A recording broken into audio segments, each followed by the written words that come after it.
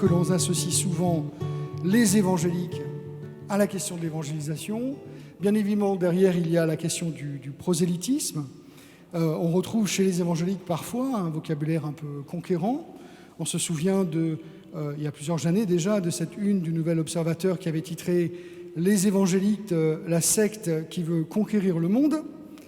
Il y a aussi ce papier tout récent du Figaro intitulé « La dangereuse expansion des sectes évangéliques ».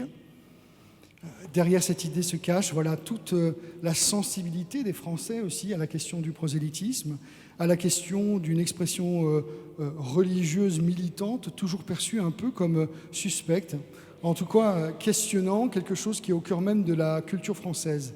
Quel est votre regard, vous, en tant qu'adventiste, sur cette question, Gabriel Monet ? Alors, merci beaucoup pour cette introduction. Et avant de peut-être juste aborder cette question-là qui nous rassemble, entre autres, cet après-midi de l'évangélisation, je me permets 2 remarques préliminaires pour aussi répondre à votre première invitation. Tout d'abord, en tant qu'adventiste, certains pourraient se demander la place des adventistes dans le panorama protestant. Alors, souvent, l'adventiste n'est pas très connu. Je me permets juste une phrase pour le présenter. C'est un mouvement qui est né donc au milieu du 19e siècle aux États-Unis, mais qui est aujourd'hui une église mondiale. Une particularité probablement dans le monde évangélique qui n'est pas donc fondé sur le congrégationalisme et qui est finalement très hiérarchisé à certains égards, en tout cas très organisé, et dont les caractéristiques seraient les suivantes, liées à son nom, adventiste du 7e jour.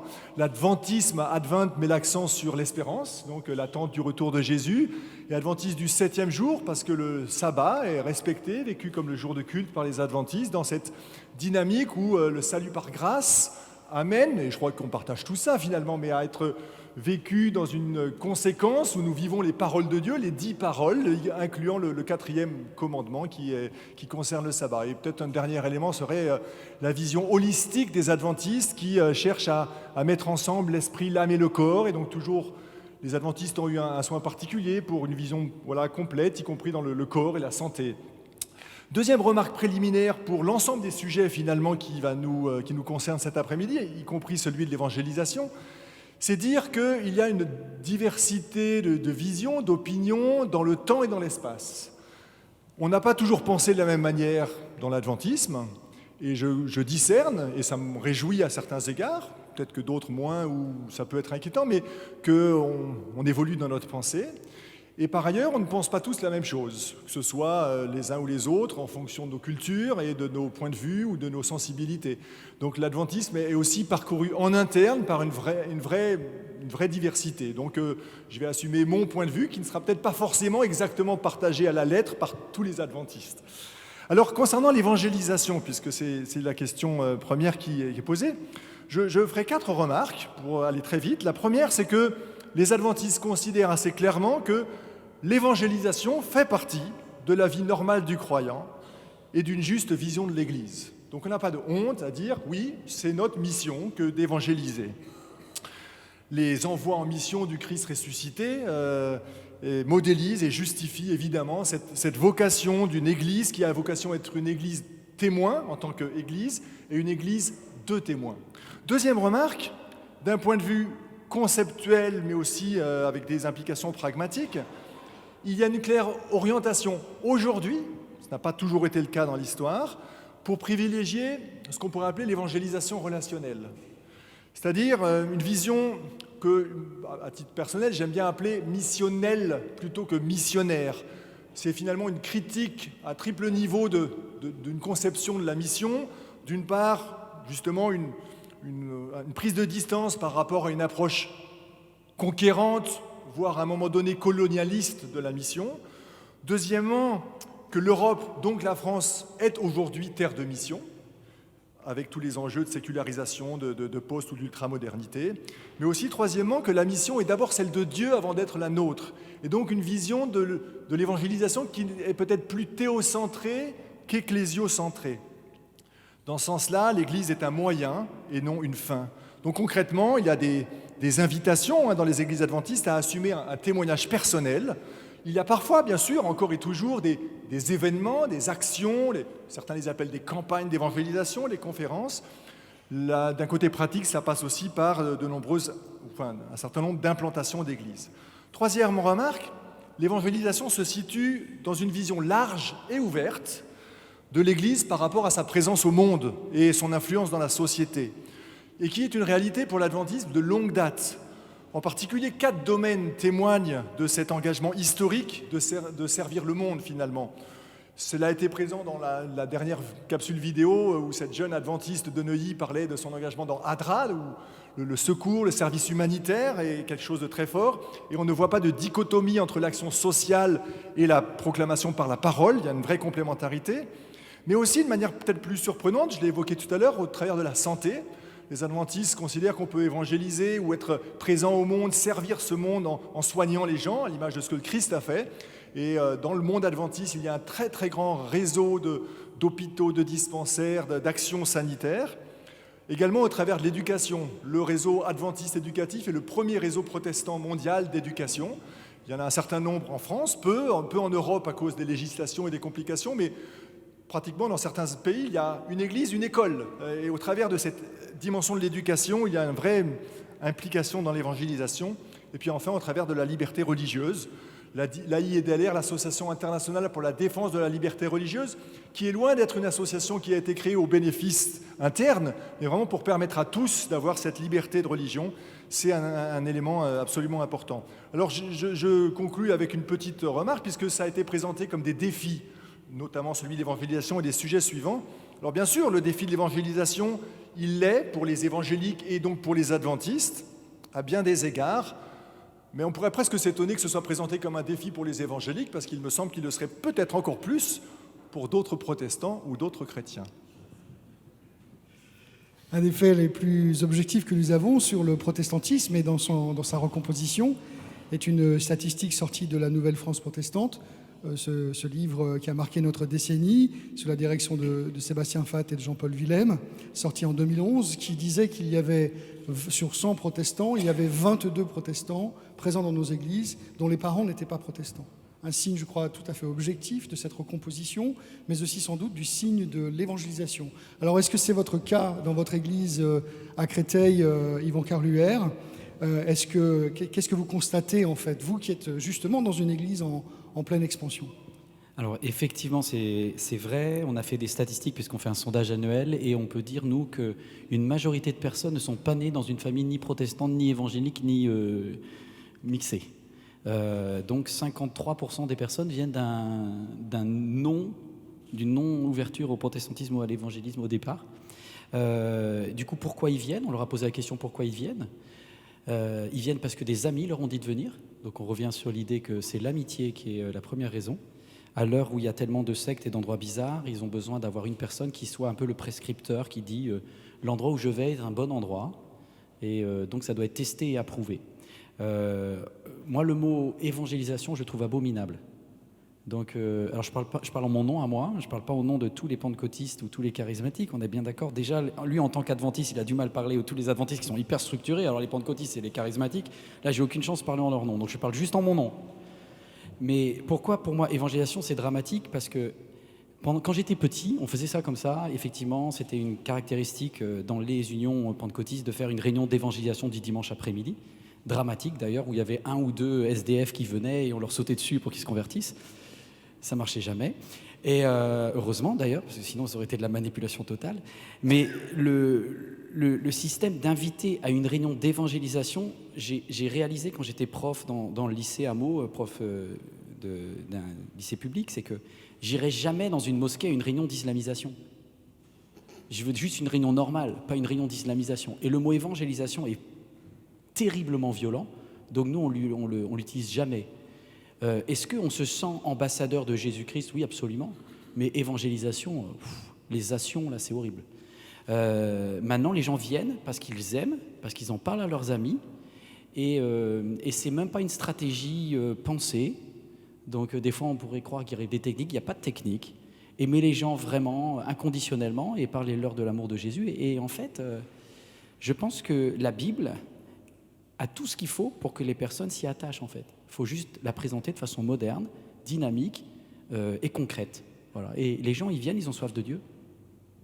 Mais quel regard vous portez? Parce qu'une des représentations médiatiques que nous avons justement du pentecôtisme, c'est ces grandes rencontres dans des salles neutres, autour de guérisons, toutes sortes de démarches.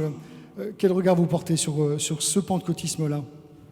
Le XXe siècle, c'était le XXe siècle. Je crois beaucoup moins à cela au XXIe, du moins en France. C'est plus du tout comme ça que les églises grandissent, pas du tout comme ça. Les gens ne viennent... c'est pas quelque chose, peut-être sur une fois où ça fait connaître, ça a un effet plutôt qu'un effet conversion, où vraiment je crois beaucoup moins au mass crusade, comme ils appelaient aux États-Unis pendant des années, d'ailleurs aux États-Unis aussi. Maintenant, il y a effectivement un effet. Il y a deux types d'églises qui sont en train de grandir fort, les toutes petites et les très grandes. Donc il y a des personnes qui se retrouvent mieux dans une très très grande église que les sociologues appellent méga church, mais parce qu'il y a beaucoup plus que simplement un culte avec de la louange, une prédication, mais il y a un super service des enfants. Nous par exemple on aura des toboggans géants qui descendent, il y a un fun park, il y a du café, donc c'est toute une expérience de vie. Mais pour ceux qui aiment de la même façon un grand centre commercial ou Amazon. Et puis en même temps, il y a des personnes qui ont besoin de l'infiniment petit, et qui, eux, se retrouvent dans des églises évangéliques beaucoup plus petites, de 5-10, à prendre la Sainte Seine et à aller vraiment dans l'intimité, quoi. Donc c'est deux formats, à mon avis, complémentaires, mais le format qui souffre aujourd'hui, dans notre analyse des églises de type pentecôtiste et de type charismatique, c'est toutes celles qui sont entre 100 et 300-400. Ils sont tous en train de souffrir parce qu'ils sont trop grands et pas assez grands pour attirer, voilà, à l'heure actuelle. Florence Blondon, votre regard sur l'évangélisation des évangéliques? Sur l'évangélisation, d'abord moi non plus j'aime pas trop le terme d'évangélisation, mais bon, d'un autre côté tout le monde comprend ce que ça veut dire. Donc je vais l'employer quand même quelque peu ici, mais je ne l'emploierai jamais dehors. Parce que justement, à mon avis, un des traits de l'évangélisation quand elle est bien faite, c'est déjà de se dépouiller de notre patois de Canaan, comme on dit. Et donc parler aux gens dans leur langage. Et ce n'est pas une traduction de la Bible, par exemple, dans un langage moderne, c'est carrément une traduction du message de l'Évangile. Et il y a pas mal d'églises évangéliques qui savent le faire. Mais je pense qu'aujourd'hui, en plus, je vais dire, franchement, je suis très mal à l'aise avec les étiquettes. Alors, évangéliques, libéraux et tout ça, je ne sais pas ce que c'est.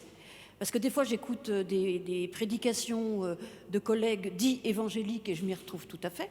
Et en plus, là, je me retrouve tout à fait dans ce que vous avez dit, l'un et l'autre, au niveau de la manière de faire, particulièrement au niveau de l'importance du relationnel, à deux niveaux. Je pense que l'importance du relationnel, parce que c'est par le relationnel que les gens arrivent.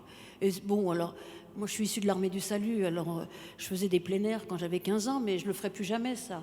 Je ne suis pas sûre que ça marche, d'ailleurs, de sortir dans la rue et d'haranguer les gens. Bon, ça ne marche plus, voilà. Mais le relationnel, j'y crois profondément. Et ça, c'est une des richesses des églises dites évangéliques, mais ça se vit aussi dans d'autres églises, hein, je veux dire, même les églises catholiques qui font ça, enfin je veux dire, ils savent très bien faire aussi. Je crois que c'est pour ça que c'est compliqué de mettre des étiquettes et de dire les uns font comme ci, les autres font comme ça. Je pense qu'aujourd'hui, eh bien, si on est chrétien, d'abord on est évangélique, c'est ce que je disais tout à l'heure, et notre mission, c'est même pas une mission, je veux dire, voilà. Je veux dire, quand on a fait l'expérience de la libération, que nous apporte l'amour de Dieu, eh bien, on n'a qu'une envie, c'est de la partager. Et c'est ce qu'on essaye de prêcher. Et du coup, les gens, je pense qu'ils disent, venez ici, on vit des trucs, quoi. Il se passe quelque chose, aussi bien que les jeunes qu'avec les plus anciens. Je pense que vraiment, c'est la mission de toutes les églises. Et si on mettait un peu moins d'étiquettes, ça permettrait aux gens de se retrouver un peu partout. Enfin, je veux dire, on n'est pas tous pareils, mais on a quand même tous au cœur de notre message l'amour et l'amour de Dieu et l'importance de la libération que ça peut apporter à chacun et à chacune. Peut-être pour aller plus loin, il y a une chose qu'il faut mentionner quand même, c'est l'impact des nouvelles technologies et de l'Internet. La plus grande église de France, c'est YouTube aujourd'hui, et de loin. Et moi, j'ai été impressionné, et je pense que les pasteurs ne réalisent pas, parce que je viens quand même d'un retard en médias, comme beaucoup de pasteurs, mais je suis impressionné, le passage sur des sites internet comme Tom Chrétien ou comme EMCI TV, c'est hallucinant. Il y a juste des cafés à Brazzaville où vous entendez en permanence des pasteurs intervenir sur les écrans. C'est hallucinant. Internet a changé l'évangélisation. Passons maintenant à un deuxième défi, une deuxième grosse question, celui de regarder le monde évangélique en France à partir de sa composante culturelle, et pour constater justement que les églises évangéliques sont dans leur grande majorité, en région parisienne notamment, composées de populations migrantes avec une domination africaine et antillaise. On pourrait citer aussi, comme on l'a déjà fait, des groupes malgaches, philippins, chinois, coréens. Et un des termes utilisés aujourd'hui par les sociologues pour décrire cette réalité, c'est le terme créolisation, qui avait été désigné, je crois, lors d'un colloque sur l'évangélisme organisé par la faculté de Vaux-sur-Seine comme faisant partie des 3 dynamiques qui caractérisent l'évangélisme aujourd'hui, avec la charismatisation et puis la mutualisation. Alors vous, Yvan Carluère, qui êtes du Far West breton, je sais, elle est un peu facile, mais et pourtant pasteur d'une église multiculturelle, comment est-ce que vous vivez justement et regardez ces mutations?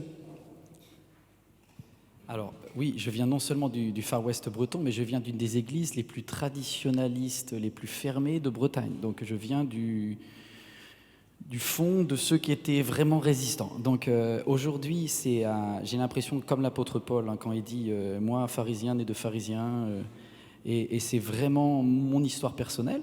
Donc j'ai dû passer à titre personnel, au-delà de toutes mes barrières, pour dire aimer les gens jusqu'à ce qu'ils se demandent pourquoi on les aime, parce que c'est aller rencontrer des personnes qui sont l'antithèse. Comme je dis, moi je suis pasteur blanc, très très blanc, 100%. Je ne sais pas danser, je danse hyper mal. Dès que le volume sonore dépasse un certain niveau, je me sens agressé. Et je suis dans une église entièrement métissée. Il y a 25% de personnes d'ici d'Afrique, mais en fait, la très grande majorité, effectivement, c'est créole.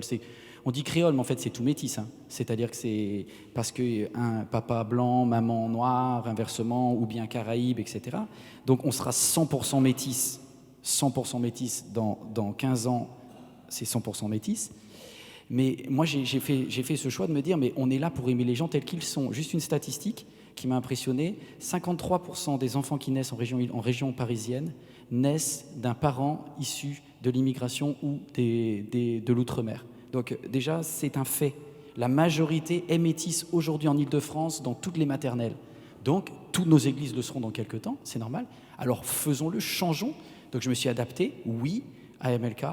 La musique est beaucoup plus forte que mon oreille bretonne a l'habitude d'accepter. On danse beaucoup plus que mon corps ne permet de le faire, mais ça fait partie des choses qui fait qu'on doit aimer les gens et on va à leur rencontre. Et donc je m'oublie, je m'efface, parce que je les aime assez, et si Jésus savait le faire, on doit le faire aussi. Florence Bandon, dans votre expérience de l'Église aussi, vous pouvez quand même constater ce même phénomène, ce même rapport à la multiculturalité? Alors, je le constate dans les églises dites évangéliques. Je le constate ici, en fait, aussi, parce que je parle un peu de ce qui se passe ici, que je connais mieux que ce qui se passe ailleurs. Je dirais ici, il y a de nombreuses nationalités. Je pense que le dimanche matin, il y a au moins 15 à 20 nationalités différentes minimum. Mais je ne le constate pas complètement, parce que c'est multiculturel au niveau des nationalités. La mixité sociale est beaucoup plus complexe, en fait. Et je pense que c'est vrai un peu partout dans l'Église protestante unie. Bon, ça a changé, je veux dire, la HSP, comme on disait avant, maintenant, d'abord, le problème des protestants, c'est qu'ils font beaucoup d'enfants. Donc, pour conserver le fait d'être HSP, c'est un peu compliqué. Donc, et c'est bien. Et puis, en plus, aujourd'hui, les protestants se mélangent. Donc, tout ça, moi, je vois ça plutôt positivement. Mais c'est vrai que, ici, en tout cas, je ne voudrais pas faire... c'est quand même une église où on accueille toutes les nationalités, et ça, je trouve, c'est quand même très important, parce que je suis toujours un peu ennuyée quand je suis en partenariat, comme dans certaines églises où j'étais ailleurs, avec des églises dites ethno-linguistiques, mais qui sont ethno-linguistiques depuis 70 ans. Alors je veux bien que quand on arrive en France, on ait envie de se retrouver, mais je pense que le rôle de l'église, c'est aussi ce travail d'intégration sociale dans la société. Alors, et c'est pour ça que je suis très contente qu'il y ait de nombreuses nationalités. Bon, on pourrait s'ouvrir un peu plus sur le plan social, mais bon, c'est complexe aussi, parce que, voilà. Mais on peut toujours rêver, hein, voilà. Mais ça change quand même, hein. C'est-à-dire qu'aujourd'hui, on a beaucoup de classes moyennes, mais c'est vrai que si on prend, par exemple, le système de la santé, on a plus, à partir des infirmiers, que des aides-soignants, voilà. Mais c'est pas... Tout le monde est bienvenu, mais peut-être que tout le monde ne se sent pas aussi bien accueilli. C'est vraiment une réflexion qu'on doit avoir. Et c'est vrai que cette question de l'intégration, les églises comme espace d'intégration, notamment pour les nouvelles populations, c'est au cœur de, je crois, de la Fédération protestante de France, de ce que nous portons, c'est une vraie question. Et qui s'applique aussi à l'adventisme. Vous qui êtes marqué, je crois, par plusieurs types de communautés, d'abord une communauté antillaise très très importante, porteuse souvent de normes assez fortes, même dans leur rapport à l'adventisme, et puis aussi tout récemment d'une grande communauté roumaine, très très présente et qui vient quand même travailler votre identité, et pourtant vous semblez, en tout cas vu de l'extérieur, arriver à maintenir toutes ces cultures dans une même structure. Alors c'est vrai que l'adventisme est marqué par cette diversité culturelle, elle est souvent vue comme un enrichissement, elle est parfois, il faut bien être honnête, source de discussions, de débats, de tensions parfois. Mais globalement, elle peut prendre plusieurs formes. Elle est parfois vécue dans des églises pluriculturelles, parfois interculturelles, parfois avec une sorte de monoculturisme, ou de monoethnicisme, si l'on peut dire. Il y a une différence probablement entre les églises parisiennes et les églises de province. Et cette créolisation dont vous parliez, elle est plus une réalité en région parisienne. Même chose pour l'émergence de ces églises roumaines, mais il y en a d'autres, hein, dans l'église adventiste. De très longue date, il y avait une église yougoslave. Aujourd'hui, il y a 2 églises malgaches. Il y a une église philippine, il y a une église lusophone, une église hispanophone, une église anglophone, avec beaucoup de Sud-Américains qui sont là, des Philippins, donc des Asiatiques. Donc quelques églises comme ça qui ont été créées. C'était un débat que nous avons eu il y a une vingtaine d'années. Est-ce qu'on acceptait de créer ces églises mono-ethniques ? Et l'expérimentation était faite de dire oui, on va permettre ces églises autonomes et donc quitter un petit peu le pluriculturalisme à l'intérieur d'une même communauté et avec une visée d'évangélisation pour que ces personnes venant d'un contexte dans un contexte d'immigration puissent partager, évangéliser et créer des liens spécifiques avec des gens qui leur ressemblent, avec des résultats très intéressants. Et vous preniez l'exemple le roumain. Il y a un premier groupe roumain qui a émergé dans une des églises de la région parisienne, qui se réunissait là dans une salle annexe, ils sont mis à avoir un moment d'étude de la Bible à part, puis après ils sont devenus une église autonome, donc, et ensuite aujourd'hui il y a 4 ou 5 églises romaines et quelques 2000 Roumains adventistes, dont un certain nombre n'étaient pas adventistes en venant en France. Ils le sont devenus ici par le contact avec d'autres. Donc il y a cette vision de l'intégration et en même temps de l'évangélisation qui est présente. Voilà, peut-être une remarque pour dire qu'effectivement, globalement, ça se vit plutôt bien. Il y a une remise en question parfois, puisque certains qui arrivent en territoire métropolitain arrivent avec leur culture ecclésiale à eux et s'étonnent parfois de voir comment l'adventisme européen ou francophone de métropole peut diverger de ce qu'ils ont trouvé dans leur territoire d'origine. Mais ce dialogue, ce débat, parfois ces frictions sont fructueuses et permettent aussi justement de garder une forme d'équilibre. Même s'il y a aussi des églises qui sont marquées les unes ou les autres. Peut-être une dernière remarque pour évoquer justement cette fragmentation, et où finalement ce pluriculturalisme c'est une richesse. On peut même dépasser la culture d'un point de vue ethnique, mais la voir aussi soit d'un point de vue générationnel, par exemple, entre les jeunes générations et les plus anciens, il y a des vraies différences culturelles, ou au sein d'une même génération et même d'une même culture ethnique, il peut y avoir des vraies divergences. Et c'est le souci aujourd'hui de l'Église adventiste, dans cette perspective de répondre aux besoins de chacun et de s'adapter et de vivre une évangélisation pertinente, que de créer des espaces, soit des églises, soit des moments d'église, qui soient adaptés à chacun de ces sections culturelles, si l'on peut dire. Et quel regard est-ce que vous porteriez alors sur cette France, notre société française, qui a tant de mal justement à comprendre le rôle positif des églises que nous représentons dans l'intégration, dans une présence sociale, Quel regard vous portez là-dessus? Je peux peut-être juste dire que j'ai grandi dans une église pluriculturelle et que je me réjouis, je peux témoigner que mon regard est forcément empathique et fraternel, parce qu'ayant grandi tout petit avec des amis antillais, avec des amis d'autres cultures, eh bien, ce sont des personnes avec qui il y a un lien d'amitié naturel qui s'est fait. Et dans ce sens-là, les églises, oui, je crois, ont un rôle à jouer et leur rôle devrait être beaucoup plus reconnu parce qu'elles sont un vrai bénéfice pour notre société. Mais alors, comment le faire reconnaître? Alors, comment en faire la pédagogie? En convertissant tous les Français. Last but not least, le sujet des femmes, Florence Blandon, dont là aussi peut-être une représentation au niveau des évangéliques serait que les femmes, en tout cas les constructions théologiques et évangéliques de certaines églises, aboutissent à une forme d'exclusion des femmes, en tout cas un manque de visibilité des femmes dans les différentes structures. Une des grandes surprises de l'étude que nous avons menée pour ce colloque était de découvrir qu'il y a 140 femmes pasteurs, en tout cas 140 femmes pasteurs dans les églises évangéliques membres de la Fédération protestante de France. À vous, bien évidemment, la parole, Florence Blandon. Oui, j'avoue que c'est un sujet que j'ai découvert tardivement, la question des femmes. Parce qu'étant issue de l'armée du salut, la question des femmes, ça posait absolument aucun problème. C'est-à-dire que moi, j'ai connu des officières extraordinaires. D'ailleurs, c'est encore aujourd'hui pour moi des modèles. J'étais élevée, mon héroïne, c'était Catherine Bouze, qui allait évangéliser tout Paris à la fin du 19e siècle. Donc, voilà. Et puis, je suis arrivée, on m'a dit, tu sais, dans l'église protestante unie, ça fait que 40 ans qu'il y a des femmes. Ah bon? J'ai découvert ça. Ça posait... Et puis après, j'ai découvert que dans les églises évangéliques, il n'y avait pas des femmes pasteurs partout. Parce que quand je suis arrivée à l'église protestante unie, venant de l'armée du salut, je me suis dit, finalement, les évangéliques étaient en avance. Et je me suis aperçue que ce n'était pas tout à fait ça. Donc, alors c'est vrai que dans l'église protestante unie aujourd'hui, vraiment la question ne se pose plus. Mais je vais donner un petit témoignage, et du coup je m'adresse aussi à mes frères et sœurs évangéliques. D'abord, elles ne sont pas visibles dans certaines églises au niveau du ministère pastoral, mais sinon tout le reste c'est les femmes qui le font, hein. Donc je ne voudrais pas dire, mais bon, heureusement ça s'ouvre aujourd'hui. Alors quand je suis arrivée ici, je l'ai appris après, vous savez, quand on se présente comme pasteur, il y a le conseil presbytéral qui dit oui, non, enfin ça discute beaucoup avant ça délibère. Et en fait, dans l'ensemble, tout le monde était d'accord, sauf une femme africaine, avec qui je suis très très amie.